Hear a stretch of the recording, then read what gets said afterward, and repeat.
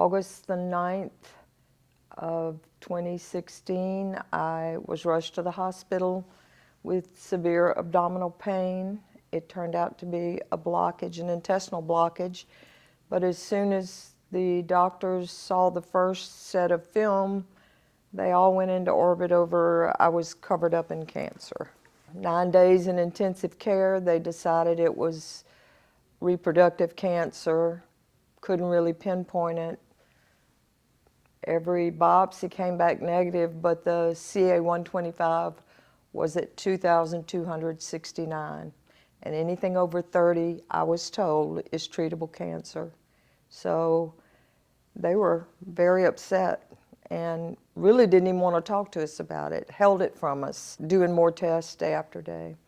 And that was a whirlwind, because from there, when I was finally handed over to an oncologist, a gynecological oncologist, a mouthful, when I was turned over to her, she said it was 4th stage metastasized ovarian cancer, and that the harshest, oldest drugs they know of, a combination of 2 drugs, would cause heart trouble, nerve pain, or, neuropathy in my arms and legs, possibly irreversible, and that it wasn't going to save me. There was nothing they knew of to do for me. With chemotherapy, and my brain was hearing with torture, they might give me 5 years. We were leading into the holidays, and I decided my last holidays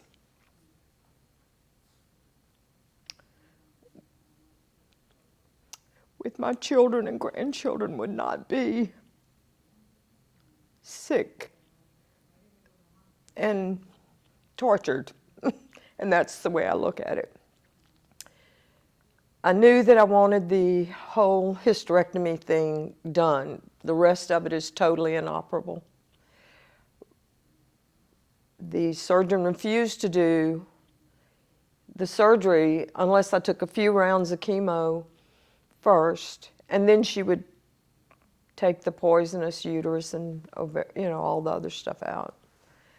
And I kept refusing, and she finally agreed that if I would go ahead and have a port put in so they could start chemo right away, she would do the surgery.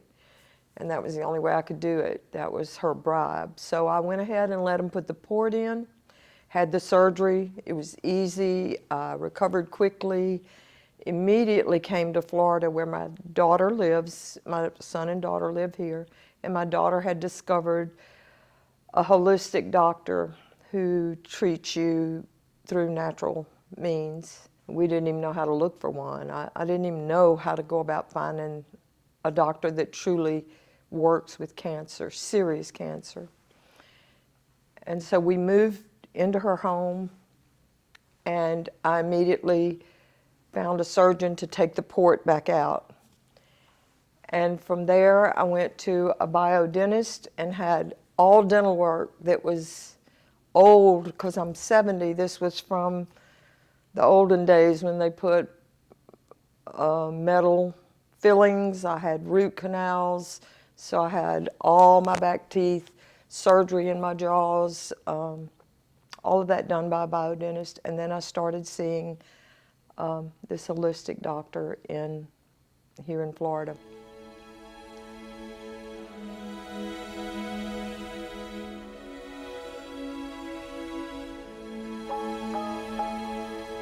His method worked great. My first PET scan showed 4 major tumors and then just scatterings of stuff they couldn't measure. Of the 4 major tumors, one is wrapped around my aorta, one is behind the lung, one is laying in the curve of my stomach, one was against my spine, and actually now we're being told there was one on my colon. Or in my colon, I don't know. The colon and the one on my spine have disappeared due to the treatment I started with the doctor here in Florida. His treatment worked. It brought my numbers, my CA 125, down to 859, which is 2/3 of the way. We're getting there. In the meantime, I still am consulting periodically with an oncologist who is an Indian woman here in Florida, and she is wonderful. From the very beginning, when I saw her, I had already seen this other holistic doctor for probably 6 months. And I just went to consult with her to see what she could order that he couldn't in testing. And it showed that the tumor in my colon and the one against my spine were completely gone. And the other 3 were shrinking. They were down to about 3 centimeters, which was tremendous because I started above 5 centimeters in most of them. So I give him great credit for how far he took me, but all of his medicine was by mouth, and it kept me so upset that eventually, after months of that, I began to develop heart issues. I kept being rushed to the hospital in an ambulance, having a heart attack, my blood pressure dropping. It was really electrolytes, totally out of whack from constant diarrhea. So I changed doctors to a doctor in Dallas who does the heavy stuff intravenously, and it's working great.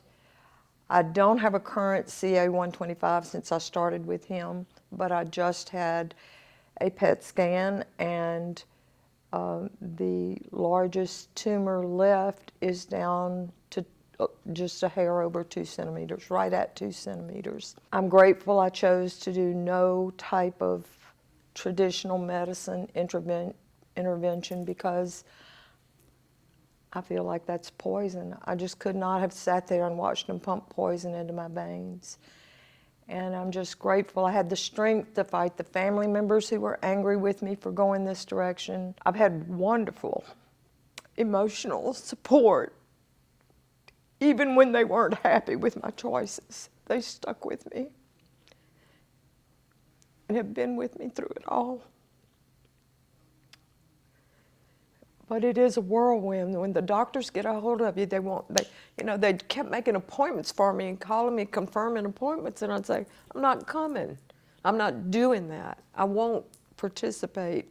I'd rather die this year happy and as healthy as possible and die quickly than drag out misery and pain and agony for 5 years. So I just refused it, and I've prayed a lot, and people around the world are praying for me. It's really a blessed experience to have so much love coming your way.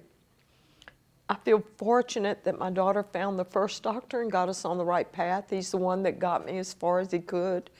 And now we've found a wonderful doctor who has, and he is a medical doctor who has turned to natural medicine because his wife had cancer.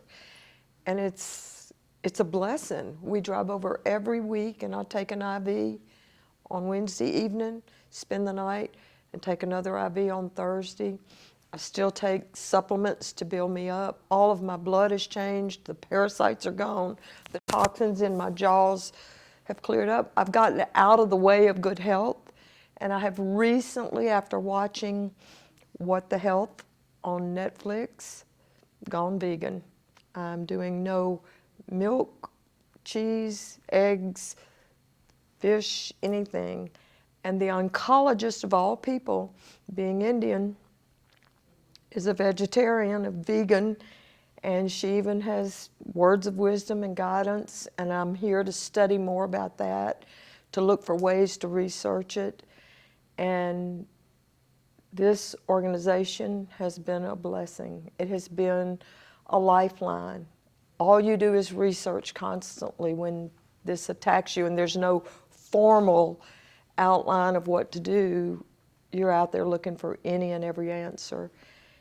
So Ty Bollinger and Charlene, I'm so grateful I live in this day and time instead of 10 or 20 years ago for it to take me. It's a blessing.